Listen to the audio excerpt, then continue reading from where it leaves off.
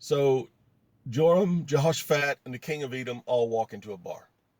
Well, I don't know if they walked into a bar. It's likely that they didn't walk into a bar.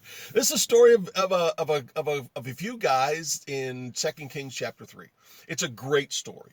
It's a story that applies to today as much as it applied to any time in history. Here we are in this thing called the pandemic. We're in this, and this is not the first pandemic that's ever hit this country or the world. But nevertheless, this is for our generation. This is for a long time, since the early 1900s, that this has happened, and it's thrown us off. It's thrown us, for a loop. We don't know what to do with it sometimes, and they're guessing this and they're guessing that, and they're wondering if this is the answer and if that's the answer, and they're trying to find the vaccine, and then they, all the different states are doing their own thing and going a different way, or trying to pattern after each other, and everybody's trying to be the hero, and it's a lot of conflict right now, a lot of confusion going on right now. There's a lot of headache going on right now. That doesn't include all the stuff that's happening inside you and inside me. I'm an introvert. I really am. I'm an introvert. I'm a functioning introvert. I I get my energy from being alone and either just watching TV or hanging out with just one or two people or nobody. But even this has gotten to me. I mean, this is really. I'm ready to see a change happen in this world and in my own life. So back to Joram, Jehoshaphat, and the king of Edom. Edom. So Ahab is the king of Israel. He is the king of Israel for a long time, and then he dies. He is, according to the Bible, he's a very wicked king. God doesn't like him. He leads the people of Israel astray. He dies. His son Joram, or Jehoram, I go with Joram just because it's easier to say, becomes the king. Now, he isn't much better. He is better, but he's not much better. He still is leading Israel astray. However, there is another country called Moab, and Moab has been paying tribute or taxes to Israel for a long time through much of Ahab's life as he was king of Israel. So he's been paying these taxes of 100,000 lambs and 100,000 rams with wool. So 200,000 sheep, basically. Well, Ahab dies, and the king of Moab, Mesha, says, I don't want to pay the taxes anymore. They have a lot of sheep in Moab. It is Moab, or Mesha is a sheep breeder. And so that's what he was doing, paying these taxes in sheep. And Israel was using the sheep for their sacrifices and other purposes to eat as well. But nevertheless, and for the wool for clothes. But nevertheless, Ahab dies. Joram is now the king, and Mesha says, "No, I don't want to do it. I'm done paying the taxes. I just don't want to do it anymore." So Joram, he kind of gets together with he gives old Jehoshaphat a ring over in Judah and says, "Hey, King Jehoshaphat, would you go with me into battle against Moab, Mesha, because he's not paying his taxes, and I want him to pay his taxes." Jehoshaphat says, "Okay, fine." So then they call up the king of Edom. I don't know what his name is. Maybe Bob. It could be. So nevertheless, they call up Bob and say, "Hey, would you join with us? We're going to go fight against Moab because they are not wanting to pay their taxes." Okay, fine. So they get together and they draw up this little plan, and they get their armies together. Got three big, massive armies together, probably hundreds of thousands of men. We don't know, but it's an enormous amount of fighting men trained for battle. And Jehoshaphat says, "Hey, what direction are we going to go to get to Moab?" And Joram, in all of his wisdom, says, "We're going to go through the wilderness of Edom." Okay, cool. So we're already there. Let's just go through there and make the way up. And so these guys get out and they trek for 7 days. They all gather together. They find their meeting point, and they trek out into the wilderness for 7 days. They're headed toward Moab. Somebody, whoever it was, didn't plan well, because at some point they run out of water. Now, the one place you don't want to be in the wilderness, and the wilderness there being the desert, it's hot, it's dry, it's arid. Water is imperative, second only to oxygen. They've got to have oxygen, and they've got to have water. You can go a bunch of days without food if you have to, but water in the hot, arid, dry desert? No way. They get 7 days into this journey and they run out of water. They are desperate. They don't know what to do. You been there? Are you there? Is it strong? I know our country is beginning to open again. I know things are beginning to do each state is beginning to do its little thing, and they're opening with this many people and that many people, and some states are almost open to full capacity now. Everybody's doing their thing, but how are you doing? Where are you at in your life? I know you're anxious to get things going. These guys were no different. Here, everything had fallen apart. Everything has fallen apart for them. They've been prepared for, look, these are fighting men. They came with helmets and shields and spears and bows and swords and knives. They didn't have the cannons yet or the guns, but they had all the weaponry. They had these leather suits of armor as well. These guys had everything. They were ready for battle. And here they are now. They're helpless. You've felt helpless, right? I've certainly felt helpless. I'll be honest. I'm in a place where it's like, man, I can't do anything. Where am I going here? Where everything they set out to do, everything that they set out to be, everything they set out to accomplish. Look, as of the last part of last year, or as of January 1 of this year, or maybe even into February, everything was going well for us. We were trekking through our lives. We were going through our lives. We were doing well in our lives. And maybe we had some bumps and we had some bruises. We were working on this. We were working on that. We were trying to improve in this area of our lives. Whatever the case may be, we didn't have a virus. And all of a sudden, we're no different than thousands and thousands of fighting men in the desert of Edom with no water. We're desperate. We've got things going on. We've got issues that we've got to resolve. We've got problems that we can't solve. And Joram, good old Joram, king of Israel, decides, he makes this one declaration. God has led us to this place to kill us. Now, I don't know if God led them to that place or if that was just Joram's idea of going that direction because he wanted to make sure Moab was paying his taxes. So they were going to overwhelm Moab with 3 nations of fighting men. Here's the thing. Somebody asked me I've been asked multiple times, did God send this pandemic? The answer is I don't know.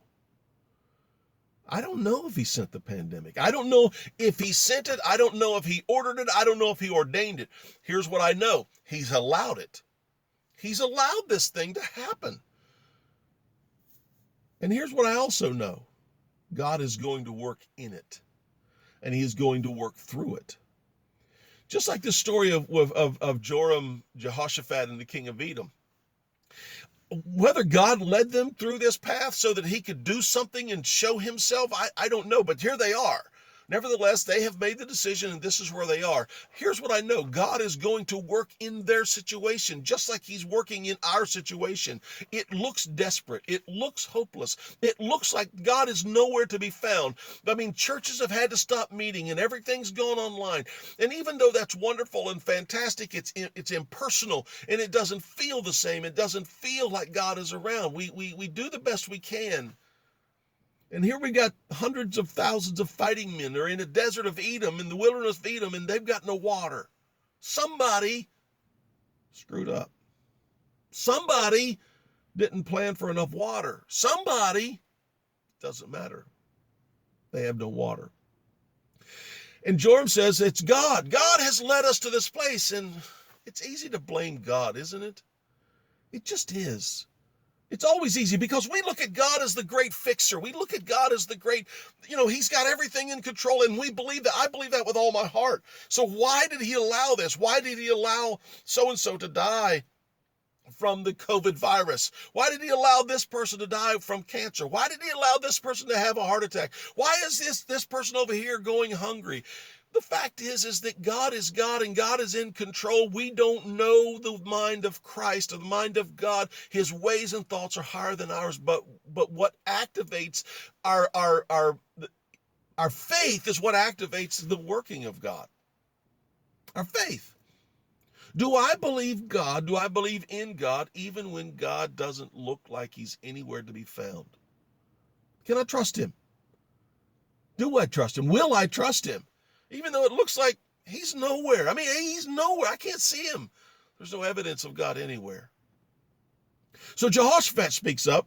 Jehoshaphat is a man of God. And he says, hey, before we get desperate, is there not a prophet around? Is there not somebody who can go to God for us? Is there not somebody who can connect with God and say, hey, God, where is the way we should take? What is the way? What is the thing we should do? How should we behave? And how should we look? And a servant speaks up and says, hey, Elisha, he's in this area. He was the servant of Elijah. So why don't we go ask Elisha? And Jehoshaphat, yeah, great. Let's talk to Elisha. I know Elisha. We're close. We're tight. So let's go see Elisha. So Joram and Jehoshaphat and the king of Edom, they themselves, they did not send an envoy. They did not send their servants. They didn't send anybody. They themselves went to talk to Elisha. And Elisha is a cool dude, man. And Joram himself is the one doing the speaking to Elisha and says, hey, can you talk to God for us? Would you see what God has to say for us? And Elisha looks at Joram and says, hey, if you weren't with Jehoshaphat right here, I wouldn't even look in your direction. I would have nothing to do with you. You're not a man of God. You're not a man after God's own heart. And yet you're doing all the blaming that God has left you out there. No, if Jehoshaphat was not here with you, I wouldn't do it. I wouldn't even look at you. But I will. And so he asked for a musician. It's at this point where the church generally gets up in arms. What if he doesn't play my kind of music? What if he doesn't play, what does he play? Contemporary hymns? Does he play the blues? A little jazz? What does he throw in there? A little techno? That's not the point. The point is he's going to connect with God. My question to you is, and it's a question I ask myself all the time, God, what are you doing? God, where are you working? God, what are you working in and through in my life, in this world, in this country? God, where are you? God, reveal yourself. We want to do the will of God. So in essence, what Elisha was saying, God, what is it you want to do to bring victory, or how are you going to lead this band of soldiers? And Elisha says, when the music has stopped, and he looks at these three kings and says, look, there's going to be a lot of water coming into the area. And it's going to come through this great watershed. I'm paraphrasing. It's going to come through this great watershed. Now, look, he said, this makes it very, very critical here. There's going to be wind and there's going to be rain, but you're not going to see it. It's not going to be around here. So at this very moment, somewhere around this time, God is working on behalf of these armies and on behalf of these men a long way away. I want you to never forget this, that God is always at work around you even when you cannot see it. Can you believe it? Will you choose to believe it? Will I choose to believe that God is at work around me, that God is at work within me? Elisha says, look, the water's coming. The water is coming. Now, here it's going to come down this huge watershed. It's just like a river bed. The water's going to come down. And the water's going to start in Moab. You're not going to see the rain. You're not going to hear the rain. You're not going to hear the wind. There's going to be a storm, but it's not going to happen here. You're going to get the benefits. Now, here's the problem. How are we going to catch that water? Excuse me. How are we going to keep that water for ourselves? How are we going to use that water? And Elisha looks at the guys and says, you need to dig some ditches. You need to dig some ditches. What? You need to dig some ditches, some holes in the ground. What? You need to dig. So when they tell the soldiers, I can imagine, what are we going to dig with? We've got army stuff. We've got military gear. We've got swords and soldiers, or swords and spears, and we've got shields, and we've got horses. What are we going to dig? We going to bring shovels? You got to use whatever you've got in your hand. You've got to use whatever you've got with you to dig these holes. Why? What's about to happen? As the water comes down this watershed and down this dry bank, the water has got to be captured by these holes, by these ditches. And there's where your water is going to remain. So here they are. They've been trained for battle. They've been trained for war. They've been trained to fight. They've been trained to give their lives. And now God is saying, I need for you to dig some ditches. I need you to dig some holes. If you want the blessing that I'm going to give, it's got to be done my way. And maybe you've been trained for accounting. You've been trained for mechanical work. You've been trained for something else. And you know what? As Christians, we are given the armor of God. In Ephesians, it talks about the helmet of salvation, the breastplate of righteousness, and the belt of truth, the shoes that talk about preaching the gospel of peace. I mean, we are equipped for battle. And God says, look, I'm going to take you in another direction now that just you don't understand. You can't figure out why. You don't know how. But I'm going to do something in your life that you have never dreamed would possibly happen. But you got to let it happen, and you got to participate. Let me help you understand something. Oftentimes, in fact, most of the time, if not all the time, God will do something supernatural in your life, but he will use you in the process to do that. Sometimes it's just your faith. Sometimes it takes you and me acting something out. And what God does is, and I like the way one person said this, God takes his super and puts it on our natural. As we have faith, as we believe God, as we choose to obey God, as we do what doesn't make any sense. It makes no sense. 3 times in my life, as an adult, God has called me to quit my job. Perfectly good jobs. There was nothing wrong with the job. The jobs were good. The jobs were great. The jobs were paying as well. I mean, they were meeting the needs. Everything was going well. And God said, I want you to walk away from your job.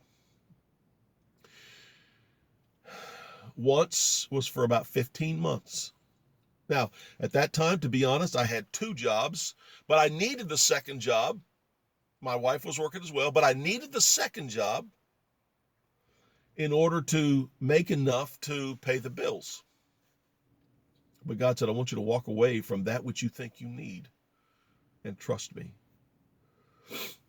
And so for about 15 months, that was the case. And then at the end of that 15 months, God showed me very, very clearly, the job you have now, I want you to walk away from that now. What? I need you to walk away from that. What? I need for you to quit your job. What? Wow. You got to be kidding me. It's everything. Yes, my wife would still be working, but what am I to do with that? Trust me. What am I to do during the time? Pray. What am I supposed to do? Connect with me. Believe me. Do you believe that I will never leave you nor forsake you? Do you believe that I will be with you always, even to the end of your age, and not counting the age of humanity? Do you believe that if you seek me first in my kingdom and my righteousness, that all of your needs will be met? Do you believe me? That's tough. And then There was a third time. I eventually got a job. That time lasted. I was out without a job for 6 months while my wife worked. And when I say that, I rarely use the word amazing, but God met our needs and beyond. Paid off $3,500 worth of debt, and not one bill went late. I don't know how that happened, except to say God. God did it.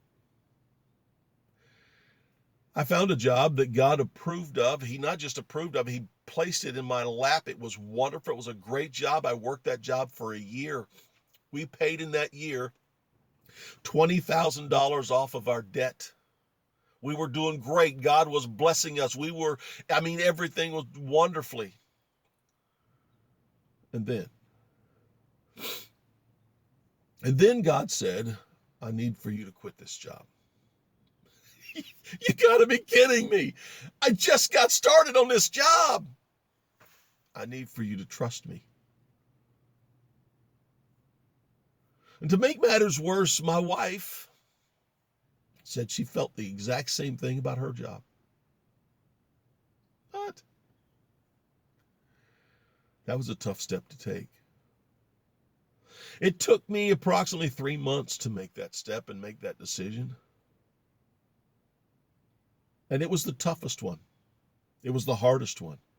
During that time frame, it was tough. My faith was tested. My wife's faith was tested. We were tested to the hilt because we were being asked to do something that we had never planned on. We had never prepared for. We had never done this before. We would never do it on our own. This is going to require God calling us to do this. And through part of the time, we failed in our faith because we, for a short time, depended on our credit cards. What happened? Our debt went up. Not to the $20,000 level, but it still went up. And then finally God said, are you going to trust me or not? Cast all your cares on the Lord, for he cares for you. What we're experiencing here is not new. It's new to us. It's not new to God. God told Abraham, I want you to pack up everything and just start walking. Just go. Where do you want me to go? I'll tell you where to stop. You just start moving. God sent Daniel into the lion's den. God brought the nation of Israel to confront the Red Sea with the nation of Egypt right on their tails. They were death by drowning or death by sword. And God said, start walking. I don't know what God is going to do in your life. I don't know how God is going to meet your needs. I don't know. But I'm saying that God will put his super on your natural if you will trust him. Walk, take the steps of faith. He will call you sometimes to completely change your career, completely change the trajectory of your life, completely change everything. Because why? Because he's going to show to you himself, his goodness, his glory. He's going to show to you how he can be trusted, how he can be believed. These guys went out and they started digging. They dug the ditches. They dug the holes. They dug where all the water was going to sit. And how in the end, how do we know how much faith these guys had? How do we know how much faith they had, each one of them? I'll tell you how deep their ditch was. When it all was said and done, here's what happened. They dug their ditches, they dug their holes, they dug all the places where the water would come through, rush through, and it would sit in those holes, it would sit in those ditches, it would sit in those, and then at the end, what eventually would happen is they were just about on the border of Moab at this time. The Moabites came and looked over into the land where they were at and saw these pools of water all over the valley, and when they saw them, they had a reddish tint to them, and it looked like blood. The Moabites said, hey, they've killed each other. Let's go to the plunder. Let's go take them. They rush to take care of the plunder and receive everything. And then they find out that these three armies are very much alive, and these three armies slaughter the Moabites, and the ones that didn't get slaughtered retreated In the end, the king of Moab, he lost the war. He lost the battle. He was so despicable. He even sacrificed his oldest son on the wall to the god that he served because he was thinking that was going to help. The fact is, God sent the water. I would like to know what these guys were thinking when they got their water dug and they got everything dug. Do they wish they would have dug deeper? Do they wish they would have dug a little bit farther? Excuse me. Do they wish they would have given more to it? Because here's the thing, when God leads you to something, when you get to the other side of that, you're going to look back and say, I did the very best I could, or you're going to say, I really wished I'd have dug a little deeper.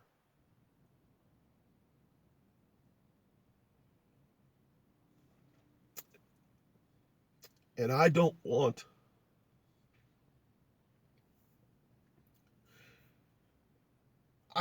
you or me to get to the other side of this pandemic and this testing of faith and look back and say, boy, I wish I'd have dug a little deeper. Boy, I wish I'd have been more faithful. I sure wish I wouldn't have complained as much. I sure wish I would have invested in other people. Where's your faith? Turn your eyes upon Jesus. Look full in his wonderful face. The things of earth will grow slowly dim in the light of his mercy and grace. God is with you, even when it doesn't feel like it. Even when he calls you to do and be something that you could never imagine. What? That's completely out of everything that I've ever known. He knows that.